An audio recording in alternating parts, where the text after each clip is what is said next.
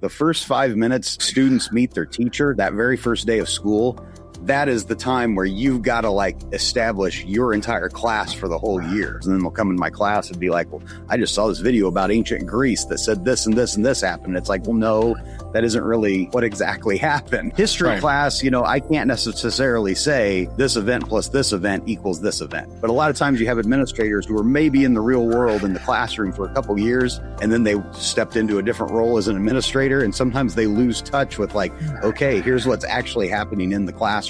How many theory upon theory upon theory upon theory were you given about education? And then once you got into your student teaching experience, all that went out the window. Welcome back to the Supported Learning Podcast. I'm your host, Dr. Joe Sebastian. A really excited guest today to join us because he comes from my world, the history background, and he has built a pretty extensive YouTube channel celebrating that, giving resources and support to students in the history space. I'd like to welcome Jared Bruening to the podcast. How are you?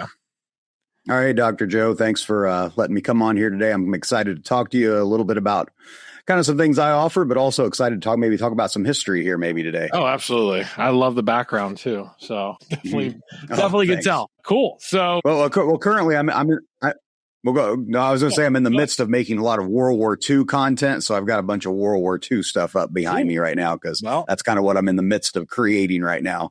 Good. And what perfect timing too, as we're on the precipice of World War III. Well, hopefully not. We'll see. Well, we'll see. Yeah, hopefully not. So anyway, hey, so you have the Daily Bell Ringer. And so just take us back before that even existed. What was broken and how history was being taught?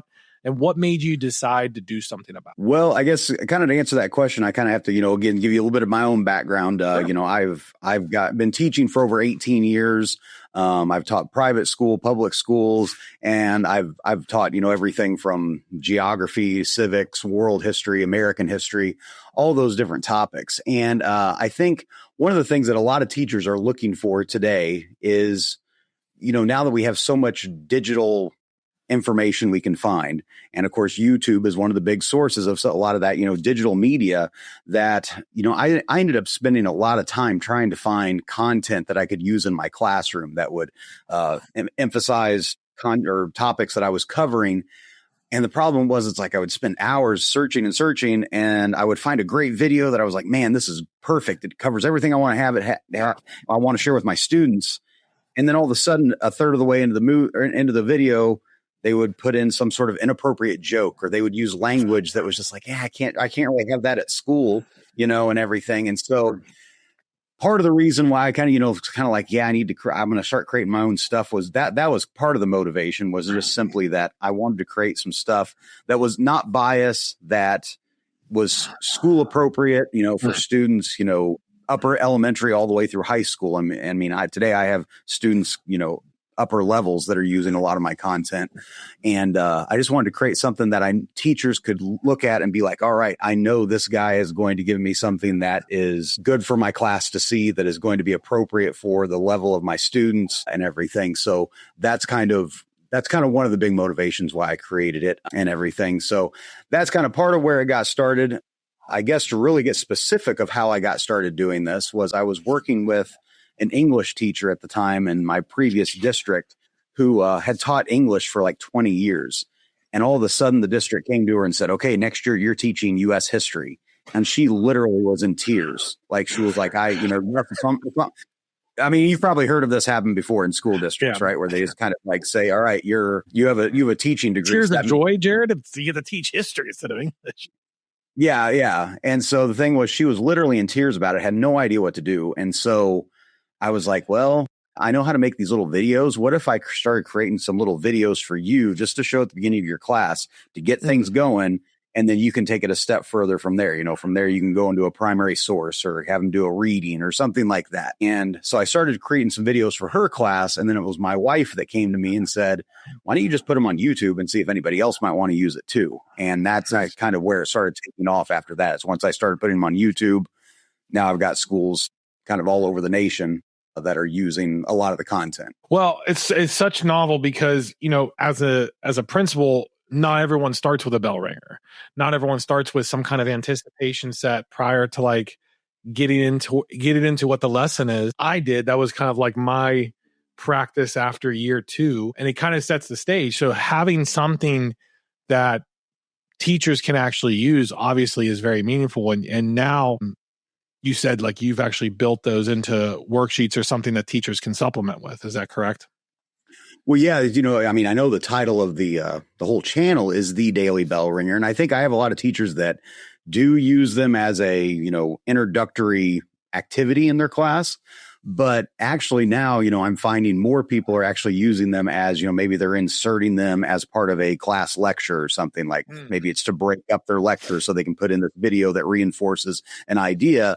Or they end up using it like as a homework assignment or some sort of, an assessment of some sort, because they can basically assign that, say, okay, go home, watch this video, do this worksheet, and then you'll kind of have the basic information before you come into class. I mean, in a way, I know a few years ago, flipping the classroom was kind of like the big movement and everything in educational technology and stuff. And honestly, when I kind of started this, I think a lot of teachers are kind of, if they're trying to flip their classrooms, they've been able to use some of my content to be able to do that. So it isn't necessarily just simply for an introductory. I know, again, that's where I called it that, because that was a regular routine in my class. And I still think that is a very good teaching strategy, is to have some sort of introductory activity where as soon as the students come in the room, they know what they're doing and have something that they're supposed to be working on. So it's an easy thing you could use for that. Because again, every question, even though, yes, there are worksheets that go with it, if you get on YouTube, you can see I have questions that go along with each video that are just, you can just simply scroll down into the description and get some questions that you can have students answer as they're watching the video. So, and your stuff now integrates with Edpuzzle to create some interactive assignments. And so just kind of talk to me about how with that technology and the way technology is just changing in general, that's leading more students to engage in the content with versus just passively watching. Yeah, well, I mean, Edpuzzle is definitely a very cool platform. And it always amazes me, and maybe you've had the same experience, how many educators I still encounter that still have never heard of Edpuzzle, never even thought about something like that or anything. And they're amazed when they find out about this. And I'm like, wow, I feel like this has been around for like 10 or 12 years now. I feel like, this Edpuzzle, but yeah, Edpuzzle is a great platform to be able to, and again, with Edpuzzle, the great thing is it gives you that opportunity to kind of, I guess, hold some accountability for the students that they actually do go through and listen to the content and actually answer the questions. So yeah, I mean, that's another great platform that I've seen a lot of my videos are getting viewed through Edpuzzle as well. So yeah, if you're an educator and you've not used Edpuzzle yet, you need to go and check that out and kind of see what's there. So someone who serves as both a teacher and a technology coordinator, how do you think about balancing ed tech tools with the human side of teaching? Because, not sure if you're aware, with AI, there are so many more ed tech startups now trying to get into schools, but there's still a human side of it as well. So how do you balance that, and how do you weigh what is actually meaningful and what is just kind of noise? Well, before I start getting into to answer that question, one thing, I guess, actually, I've kind of stepped back from doing technology coordination at my school district. I'm actually more just in the classroom now. But again, yeah, I do have that background of, working in technology and everything. And, AI, I know there's book after book after book being written out right now in the educational world about, the impact of AI and how do we properly use AI and everything. And, I still feel like we're so much in the middle of seeing how to implement this. I keep on thinking back to when we first went 1-to-1 years ago, when we first introduced, Chromebooks or tablets or whatever into the classroom. I mean, it took us, I would say, a good, 2-3 years before we kind of had a handle on it, that we were like, okay, this is, and I think even to this day, we're still trying to answer that question, how much our students should be doing stuff 1-to-1. And I think AI, it's still going to be several years before we really kind of get a grasp on and of course, by the time we get a grasp on it, it's going to have completely changed by then, So I don't know, maybe we'll be constantly chasing our tail on this whole thing. But I feel like, AI is just, it's such an amazing tool. And I just think that we as teachers have to, and I know I'm going to sound very cliched when I say this, but we just have to constantly realize every year that we come in the classroom that those students who are in front of us learn differently than the students that we had the year before. That it's not necessarily all about like the rote memorization of learning dates and the people that were involved in all this stuff. In fact, I've kind of changed my approach in my classroom just because realizing the amount of information that students have at hand now. And again, I think it's going to be us as teachers to kind of make them recognize what is information you can trust and what is information you can't trust. And I can't necessarily say I really have a good grasp on it myself right now with the way AI is progressing. I mean, sometimes I'll see AI stuff. I'm like, wow, this is amazing. But then at the same time, of course, being a YouTube creator and seeing the amount of AI, and I forget what they call it now, AI, and I guess I'll just call it AI garbage, that's being pushed out there on the platforms.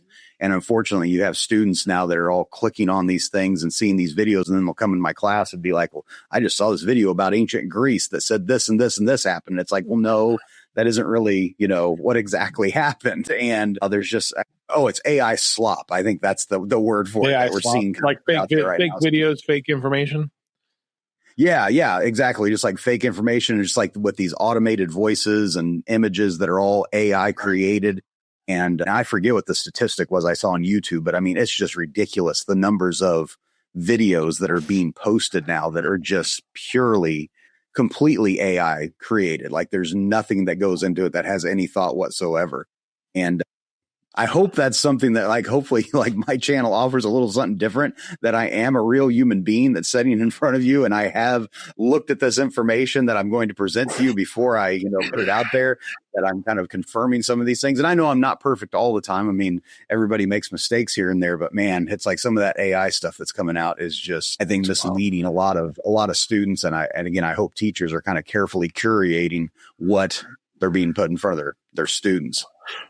So, your entire approach is built around the bell ringer, although you said some teachers now are using it kind of as a piece of direct instruction. But obviously the bell ringer, like I mentioned before, short structured warm-ups that set the tone for the whole classroom. Tell me just, you've been in teaching 18 years. Why is that first 5 to 10 minutes so critical? And what happens when teachers waste that? Oh man, I've often thought to myself, I should write a book or something on not even just the first 5 minutes of class. I feel like the first 5 minutes students meet their teacher, that very first day of school, that is the time where you've got to establish your entire class for the whole year. And I mean, I realize bell ringers each day, yes, they're crucial, but sometimes I feel like teachers need to almost focus on that first day of school and how much are they setting their tone for their whole class. Are you immediately going into rules and into procedures, or are you basically forming a relationship with those students? Because, getting back to the whole AI thing, that's the big difference of a teacher in the classroom and all this AI slop that's being put out there is we build relationships with students and we, know what they can do. We push them, all that and everything. And I feel like even the first 5 minutes of the first day of class is crucial. But as far as each individual class period, it's those first 5 minutes, as far as simply, the bell ringer, I think if you look at some of my descriptions of the bell ringer, one thing is, all of us as teachers know in that first 5 minutes of class, we have so many administrative things we have to do, right? Taking attendance, doing lunch counts, catching up with kids who were gone the day before, going around and checking on kids that might have special needs and stuff and all that stuff. And it's you honestly just need that 5 minutes when they first come in the room just to have them working on an activity. So that way you can go around and kind of get all these little different things done that you need to get done. I mean, that's one major reason why you need to have some sort of a form of a bell ringer. But beyond that, the bell ringer, and I'm not even just simply talking about my videos, the bell ringer, honestly, if you come into my classroom, a lot of times my bell ringers are like a 1-page reading that I'm asking the students to do as we're just first coming in the classroom. And basically what that 1-page reading is doing, it's either giving them some background information on what we're going to cover for that day, or else it's reviewing something that we did before. Or sometimes for me as a history nerd, and it sounds like, you're a history nerd as well, there's just all these little interesting things about history that you just wish you could spend so much more time on. But yet sometimes it's during those bell ringers when it's you can give them that little piece of information that maybe they had no idea about, that it's just wow, that's kind of cool. That's kind of an interesting, detail. And I think for us history nerds, we know that the love of history, at least for me, it's in those details. It's in those little crazy things. You're just like, oh, that was just kind of a neat little thing, you know, a little twist in history and all that stuff, you know, that just kind of, you know, piques your interest. And to me, it's like I guess I had enough of those peaks of interest that eventually I turned it into my career of just simply talking about history in front of students and everything. But yeah, I can't overemphasize the importance of that first 5 minutes of class. Like, you really should have some sort of activity for when students first come in the room. Cause I mean, it helps with, you know, classroom management, helps with, you know, learning. I mean, there's so many reasons to do something there at the beginning of class. And again, I don't want to spend our whole time here just simply harping on pedagogy and stuff like that. But you know, that, yeah, if you're a teacher watching this, yeah, you really need to think about those first few minutes of class. Because even you said, you know, you adopted a bell ringer or some sort of introductory activity in your own classroom, right? Yeah, it usually was like we call it a warm up. It was basically a silent writing task for the same thing. Like the first 5 minutes of class is my time where I am doing administrative tasks. I'm taking attendance, I'm passing back papers or whatever. And I want you to like transition into the class and get ready to learn history and learn how to think critically.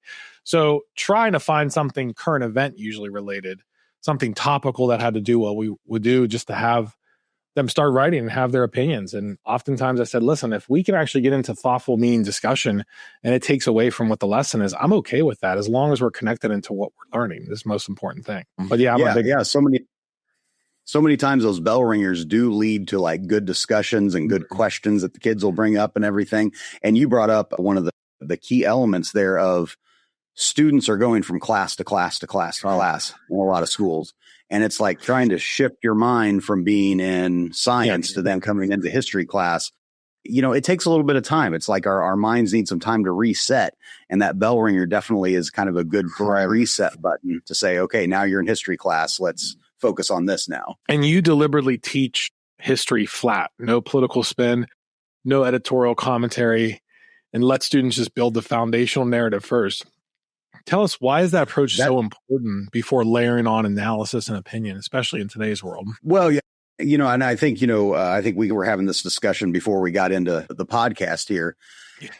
Your level, I suppose your level, you know, you're doing, you know, AP history. My experience and all of my history teaching has been at junior high level. So again, I feel like a lot of what I'm doing is just simply skimming the surface and giving them the basic information. And then, you know, my hope is when they get to higher level, they're going to, you know, at least have that basic information that they can do deeper analysis and everything. But yeah, I'm one that I'm very a strong believer that in my class, I'm going to teach history as fair and balanced, as unbiased as I possibly can. And the good news is for me, you know, basically my class, I only go up through about Reconstruction. And there's not too much that is, I suppose, really, really, really, you know, controversial today in terms of a lot of the stuff I cover. You know, it's like, it's pretty much, we've all agreed, you know, this was good, this was bad. You know, there are things that I feel like aren't too controversial, but, you know, it's really my hope that all teachers, you know, even if they're going to voice their opinion in class, they allow all opinions to be brought in and for everybody to be able to kind of have a voice of what they believe is right and wrong, because all of us have different opinions. And I think that's one of the great things about our nation is that we have the chance to be able to voice those different opinions, whether or not we agree with all of them or not, you know. So yeah, I think as a teacher, we need to set that example of not just standing up there and spewing our own in front of the class. What do you think about, what is the biggest mistake you see maybe your fellow history teachers or other history teachers making in the way they teach history? And just like things that just overall make you cringe being like a history teacher. Well, probably that is the biggest thing that makes me cringe is when I see teachers kind of just simply teaching everything from only one perspective and teaching everything that like this is the apps. And that's the thing about history too. And I've said this to my students several times. You go into a math class and it's pretty much, you know, 2 + 2 = 4. That is you know, pretty much fact. History class, you know, I can't necessarily say this event plus this event equals this event. It's like, yes, you know, it leads to those things, but was this necessarily the cause? It's like, there's a lot of gray area in there, and it's a tough thing to do, to be able to go in the classroom and not give what you think is the correct answer to everything. You kind of have to like allow the students to just get the basic information and come to their own conclusions on some of these things. And so yeah, I think that's why it's kind of a challenge. And that's probably one of the biggest cringe things that I see is I see teachers that are just like simply saying, well, this is what is absolutely right. And this is, and it's like, well, we as history teachers need to leave it open for people to make up their own minds. And, you've proven that the best educational resources often come from practitioners, from practicing teachers, not necessarily big curriculum publishers. Why is that? And what does it mean for families when they're choosing resources? Well, I guess, again, so I'm trying to think of that question a little bit, Yeah. Well, the thing is so many times let me phrase it this way. So sorry to interrupt. Oftentimes, at a district office level or a county office level, we're purchasing curriculum, right? We're just purchasing resources. And so we're like, we're dropping it. It's like a plug and play model or like whatever, but you bring a different level of authenticity to practitioners in the field, developing resources that might have more meaning. Well, I guess, which do you think is better or more meaningful and connected to how students actually learn best? Well, again, I feel like students learn best from those who have experience being in the classroom and have seen what, seen the content and know what like questions are going to come up. And like, there's been several videos that I've ended up creating just simply based on a question that a student has brought up in my classroom. And I thought to myself, well, yeah, that's a great question. Like, why has nobody like created some content on that? Like, I think I remember I had one student that like basically asked me like, why did they wear wigs back then? And I was like, that's probably a question some other students have asked in the past when we're studying the Constitution. Like, why in the world were all these guys wearing wigs back then? And so I made a whole video about like, why did they wear wigs back then? Or I had a student ask like, why is it called America? And so I made a whole video like, why is it called America? Hey, where did we get that name from and everything? Right. So the thing is, I guess some of my content, I suppose, is more driven directly from what I've heard from students and what, I teach specifically in my classroom. And I suppose for me, it just kind of lucks out. I mean, yes, there are standards I'm looking at as well, but it seems like to me, a lot of the stuff I'm covering, of course, are the same things that, even though I may be in Illinois, there's some other teachers in Texas and Florida and California that are covering the exact same thing. And they're looking for the same type of information that I'm looking for, but that I'm putting out there. So yeah. But as far as your question about like, making decisions about curriculum and stuff, and I think anybody who's gone through teacher education and then become a teacher can speak to this, that when you were in school going through all your teacher education classes, how many theory upon theory upon theory upon theory were you given about education? And then once you got into your student teaching experience, all that went out the window because it was like, okay, now I'm in the real world. This is how things work in the real world. And the sad thing is that I feel like sometimes I see, and I'm not going to say this about every administrator or everybody who makes these decisions, but a lot of times you have administrators who are maybe in the real world in the classroom for a couple of years, and then they stepped into a different role as an administrator. And sometimes they lose touch with like, okay, here's what's actually happening in the classroom and how students are learning.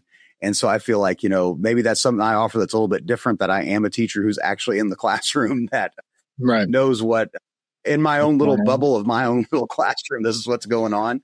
And I think I see a lot of other teachers having those same experiences I am. So sorry, that's a long answer to your question. No, it's okay. It's okay. It kind of leads us to the next question of, so you said you cater a little bit more to the middle levels, but for students or parents that are thinking of AP courses coming up, I've seen a lot of schools jump into social studies, usually AP Human Geography or AP Government as a 9th grade entry-level AP course, or in 10th grade as AP World History.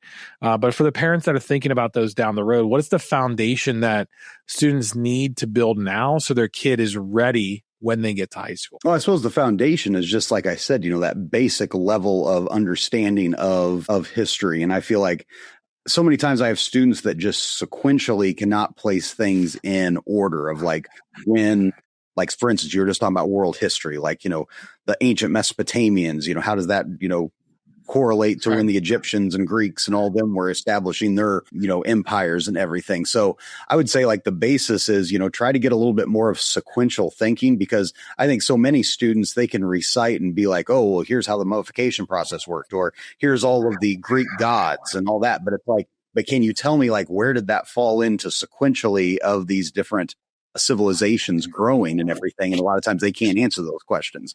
So I guess my suggestion would be, try to be a little more sequential in your get your student to understand sequentially where things fell in history might be something that I think would be a good basis to go from. Because once you have that sequential understanding, I think it does make things a little bit easier. Are you primarily U.S. history, or do you do some world as well? I do. Like I teach like a 6th grade world history class. Okay. And then basically the 7th and 8th grade years, we do like a whole semester just on the Constitution.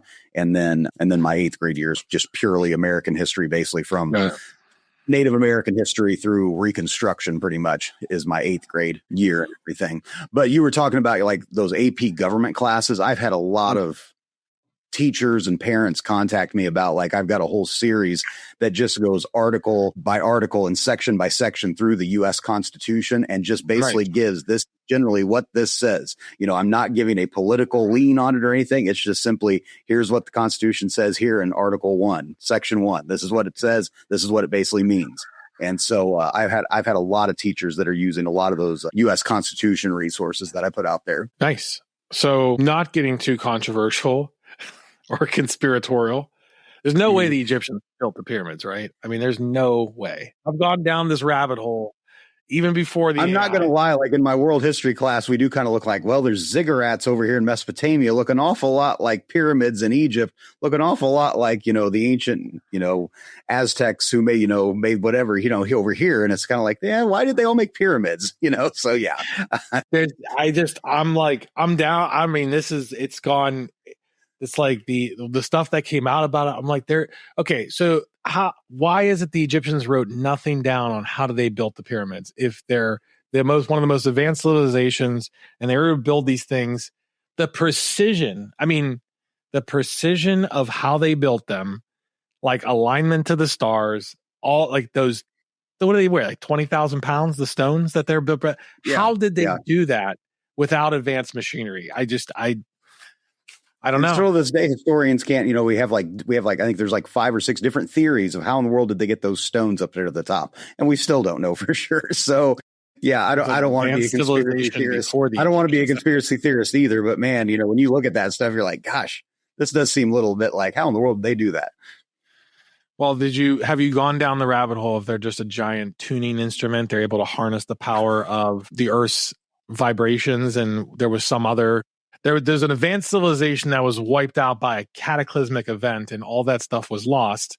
And then they were just there when the Egyptians were there. I haven't gone down that rabbit hole. Yeah, don't go down that rabbit hole. It's dark. Yeah. Because, I feel really bad because like the History Channel is now like ancient aliens and stuff. But I'm like, but you start questioning it and you're like, oh, I know it's not trying not to sound like a Joe Rogan podcast, but like I do want to know. I'm like, it is very interesting. I'm like, I see the work that contractors do on houses today and how you can't even find a straight wall. And I'm like, they did it that good 5,000 years ago. I don't know. But anyway, that was a little joke. I don't know. Whenever I talk about that, and I apologize, I know I'm getting on to putting on my teacher hat here, but it's like, we focus so much on the steps to civilization and everything at the beginning of the school year that I just basically use that as evidence to be like, look at how far beyond these early steps they've gone that they've been able to create these amazing, structures. And so I don't necessarily get into the whole conspiracy. I'm just like, look at how it made. And the other thing is too, I think, and I apologize if I'm getting off on a side tangent here, but just making, especially I feel like, here in the United States, letting, students see it's like these civilizations overseas were, it's unbelievable the stuff they were doing, like so many times I think a lot of our students get kind of very isolated in their thinking about the United States and about like, this is our whole world and everything. And it's like, no, man, these people over there, they were the ones that were really doing these amazing stuff. We just built upon that later on, they were the ones that originally came up with it. So, that's kind of, one of the things I kind of harp on in my class quite a bit. So, okay. Well, it's going to bring us to our rapid fire part of the podcast. So you do not need to offer any explanations unless you absolutely want to, but it'll just be 5 questions. First thing that comes to your mind, answer, and we can move on it or not if you want to elaborate. Does that sound good? Okay. I'll try not to elaborate. You are allowed. I break my own rules. You're allowed to. It's just called rapid. All right, cool. Ready, Jared? Yep. So most underrated moment in American history that everyone should know? I think one of the most, I'm going to say a person instead. And I realize for us history people, you might be like, heck, well, I already know a bunch about this guy. But Henry Clay, if you don't study Henry Clay, you don't really understand how like the American Civil War took place. And a lot of times I have students that come in my class are like, who the heck is Henry Clay? So if you don't know, look up who Henry Clay is. The great compromiser. Yep. Jackson wanted to hang him or shoot him. I forget. Who did Jackson not want to hang or shoot? Well, when Jackson died was my two regrets. I didn't hang Henry C. Clay and shoot John C. Calhoun. Yeah, there you go. Yep. So, all right. One thing parents overthink about their kids' history education. I think it comes back to that thing that I said is kind of like my pet peeve. I think sometimes, especially in today's culture, parents get so wrapped up in like, is my history teacher and indoctrinating my kid? I don't think so. I think you need to give the teacher the benefit of the doubt that we're just simply giving them the flat history, which is what they should be getting. So, yeah. Okay. How about one thing parents underthink? One thing parents underthink about their history. I think that so many times history is put on the back burner. I mean, again, admittedly, when you look at, standardized tests and everything, it's always math and science and, language arts that's being really, really pushed. And so many times history is the one that gets on the back burner. So I suppose overall, it's just simply, I think it's the one that most parents and I think a lot of educators overlook is the history component. Best free resource for history that most people don't know about. Can I name two?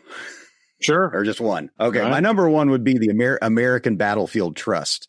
They have just, and especially for the time period that I teach leading up to Civil War history and everything, American Battlefield Trust is unequaled. I mean, they have so much stuff that is unbelievable.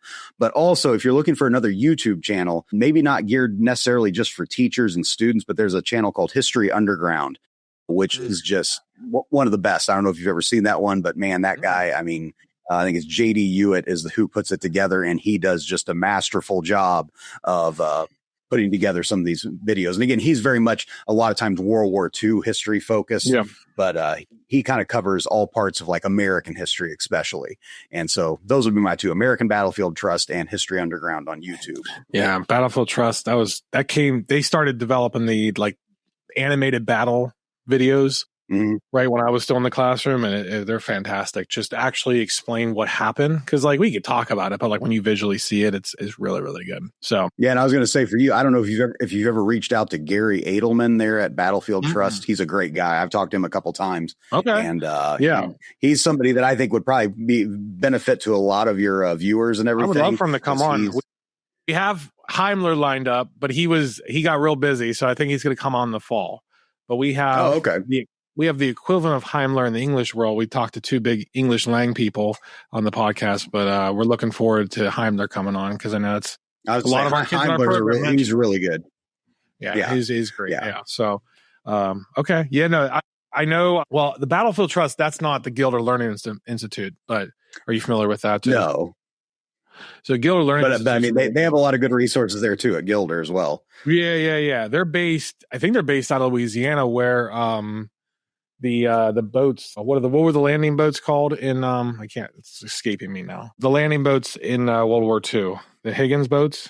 Is that right? I can't remember off the top of my head. I'm sorry. But it was something that like an obscured fact that like I think either Eisenhower or one of the generals cited for winning the war was the ability for the troops to be able to land so close to the beachheads and not have to like So one of the successes of World War II, but the Institute's there. So, all right, last one. One book that changed how you think about teaching. One book that changed how I think about teaching. I know this is kind of cliched as a history teacher, but that, the lies my teacher taught me, that is just full of a lot of just different little things that are kind of like, well, we heard this story, but yet this is really the true story of what really happened, So, and I was harping on before with history, it's so difficult finding good unbiased information. And I think, even though we try our best to try to not have anything that's biased, I mean, we're just a product of our educational system that we went through that a lot of times had bias to it. And I think that book kind of exposes a lot of those biases that we grew up with. Yeah. I mean, it's, there are some of those key books that kind of shape your view of the world. And, but yeah, it's interesting in terms of how they shape their view of education as well. So, what's it like, man? You got You got 400 short form history videos on YouTube. You have 40,000 subscribers, and you've had over 9 million views. What's it like being from I assume a small town in Illinois, correct? I'm not familiar. This is funny. Like, actually, I guess I won't give up too much details of where exactly I'm located. I am in Western Illinois. I'm not in Chicago. So everybody assumes you're from Illinois. Chicago, you're automatically from Chicago. I'm not from Chicago. I'm the opposite side of the state from Chicago. I live in a town of about 33,000 people, but I teach in a town of only about 700 people. So the school I teach in is extremely rural and everything. Right. And so it is funny coming into class and, I'll get these students that come up to me and they're like, well, I've got a friend over at this little school and they just said they watched you on video the other day, and I'm like, okay. And like, yeah. And the thing is like, my own son who's at school with me. I have a couple sons that are at school with me. He's on Scholastic Bowl team. And there's been a couple times we've gone to these Scholastic Bowl meets that all of a sudden the other team will realize who I am. And I think basically it freaks them out during the Scholastic Bowl. And like, then my own, I feel like I'm kind of an advantage for my son's team because they see me and think like, oh my gosh, that's the bell ringer guy, Yeah. And that's cool though. I know. That's why I said YouTubers, man, they're huge between like the demographics that we get 6 to like 16. You're like a celebrity. Well, but the thing is too, like even with my channel, I'm very niche. It's kind of like, yes, there's the bigger history channels that are basically very much catering to just everybody that loves history. Right. And I feel like, you see those channels with, million subscribers or whatever. And then my little time. And again, I don't feel like I'm really that big of a channel and everything, but my channel's kind of more focused. Like this is specifically made for teachers to use in the classroom or, parents at home to use with their kids at home. So, admittedly, when I first started making the videos, I was shocked when I had 100 people that subscribed to the channel. And then now, it's gone beyond that. So yeah, it is funny because I have students that come in my classroom and that's what's kind of funny too. And I know I'm getting back to like pedagogy and classroom management. I feel like I have a whole lot easier job with classroom management because when kids come in my room, and of course I've got these 6th, 7th graders, they think that like, oh my gosh, he's got over 1,000 subscribers. He's monetized. He's all this stuff. They think that I'm literally like Mr. Beast, or something like that. Yeah. And it's like, no, I'm just a history teacher. I'm nothing special, Yeah, so I gotcha. I don't have all the problems that other teachers have, I think, because they think, oh, this guy's like cool because he's on YouTube and stuff. And it's like, well, watch my videos. You're going to realize I'm not cool. I'm just a history teacher. History teachers are cool, Jared. They're very cool and they're very impactful. Just like you. I know. I was going to give you a compliment. I was going to say you've had it's cool having that big of an impact. 9 million views outside of where you taught from. So that's awesome. Congratulations on that. Yeah, it isn't. It's just, it is cool to see how it reaches so far and everything. But so thanks for the compliment. Yeah, no, absolutely. I appreciate you coming on, Jared. It's been great getting to know you. For those listening or want to learn more, where should people be able to find you? Oh, well, of course, just go on YouTube and search up the Daily Bell Ringer. That way, you'll find my channel pretty quick that way. But I also do have dailybellringer.com. That's where you can find a lot of the other resources that go along with videos. So yeah, dailybellringer.com is the best place to kind of find some more information and find some more resources and everything that I have. So yeah, that's pretty much it. All right, we'll drop all those links in the notes and linked on the YouTube description as well. Jared, again, thank you so much for being here and for your contribution to the education space, and appreciate your time. Well, thanks so much for inviting me on here. It was really cool to get, and I'm excited about what you guys are doing there too. It sounds like you're offering a really great service for, students to get ready for, tests and everything. So thanks again for letting me come on here. Absolutely. All right. We'll see you next time. All right. Thanks.